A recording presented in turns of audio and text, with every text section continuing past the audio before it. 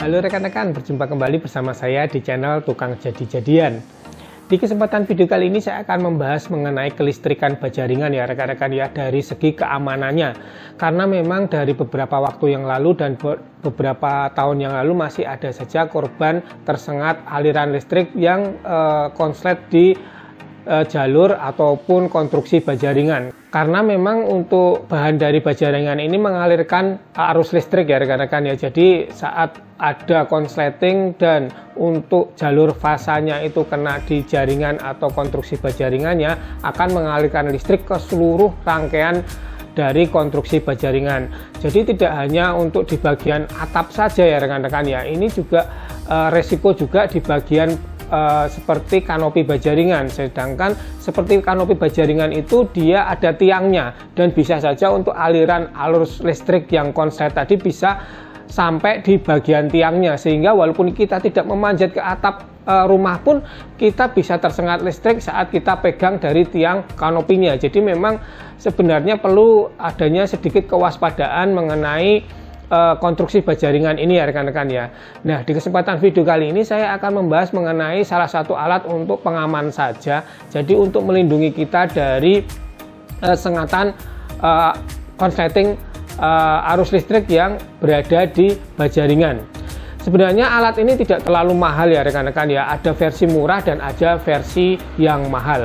Seperti yang saya punya ini ya rekan-rekan ya. Ini versinya yang murah, tapi saya sudah pakai di rumah hampir 1 tahun lebih, tidak ada masalah. Harganya sekitar 55.000. Ini untuk ELCB dengan kapasitas 40 ampere. Seperti ini ya barangnya, nanti akan kita bahas seperti apa sistem kerjanya. Dan untuk versi mahalnya pun juga ada ya rekan-rekan ya. Ada yang sampai di atas 300.000, itu dengan merek-merek yang lebih terkenal. Ini akan lebih mahal. Tapi kalau rekan-rekan dananya minim, menggunakan yang versi murah seperti saya ini juga bisa berfungsi dan tidak ada masalah. Dan untuk ELCB ini tidak hanya berfungsi untuk mengamankan arus kebocoran di baja ringan saja ya rekan-rekan ya. Ini melindungi kita saat kesetrum atau tersengat listrik walaupun tidak dari baja ringan. Saat kita salah untuk memegang kabel atau menyolokkan steker, itu pun ini dapat melindungi kita. Saat kita kesetrum ini akan turun dari ELCB-nya.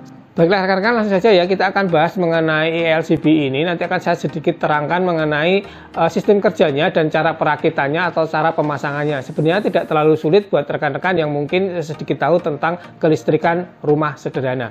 Oke rekan-rekan, langsung saja kita mulai videonya ya. Baiklah rekan-rekan, ini adalah salah satu contoh untuk ELCB dengan harga yang terjangkau. Harganya 55.000 ya rekan-rekan ya. Di toko online ini saya beli.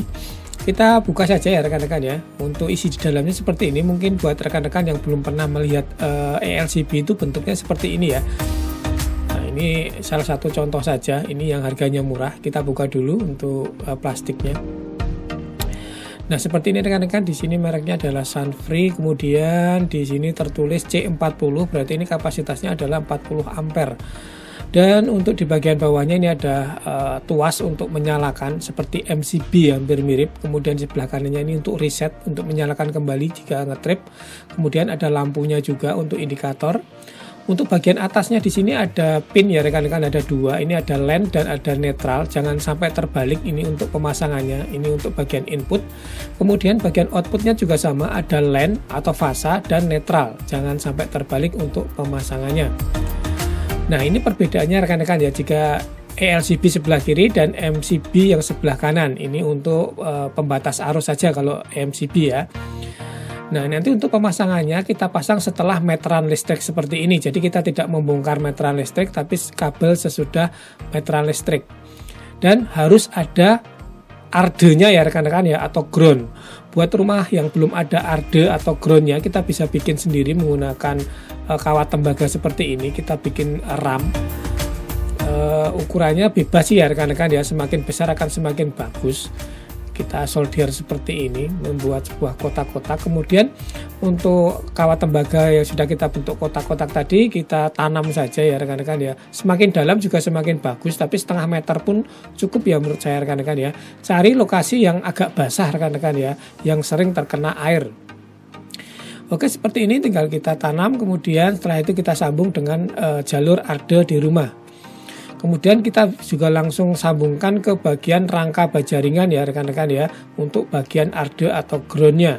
Seperti ini, tinggal kita sambung saja menggunakan baut bajaringan. Oke rekan-rekan, kemudian ini adalah saya akan lakukan percobaan supaya rekan-rekan yang belum tahu fungsinya akan lebih paham ya. Ini kita sambung dulu ke rangkaian bajaringan untuk groundnya atau arde. Ini sudah saya sambung ya untuk groundnya, sudah siap. Ini percobaan jika kita tanpa ELCB, jadi kita menggunakan MCB biasa. Ini ada arusnya ya.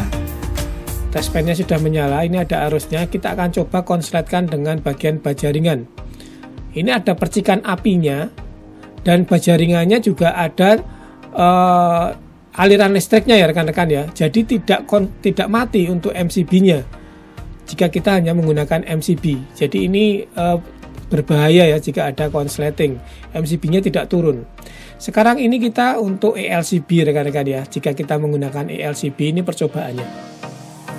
Ini kita ukur, ini output dari ELCB-nya.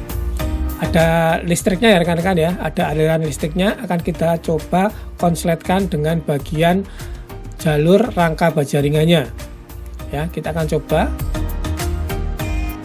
Nah, dia akan turun rekan-rekan ya untuk ELCB-nya. Jadi ini aman, jika ada konslet dengan bajaringan, ELCB-nya akan turun. Jadi tidak berbahaya untuk kita, menghindari kita dari kesetrum bajaringan jika ada konsleting.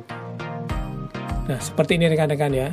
Kita coba sekali lagi, kita nyalakan untuk ELCB-nya. Ini ada aliran listriknya ya untuk outputnya. Kita akan coba konsletkan lagi dengan jalur bajaringannya dan mati untuk ELCB-nya. Jadi aman. Untuk urutan pemasangannya seperti ini ya rekan-rekan. Yang pertama adalah box meter PLN. Setelah itu masuk ke ELCB. Setelah itu baru ketiganya yaitu masuk ke MCB, kemudian baru ke jaringan listrik rumahnya. Ya, kita akan coba untuk kita pasang. Ini hanya ilustrasi saja rekan-rekan ya. Ini dulu sudah saya pernah buat videonya juga.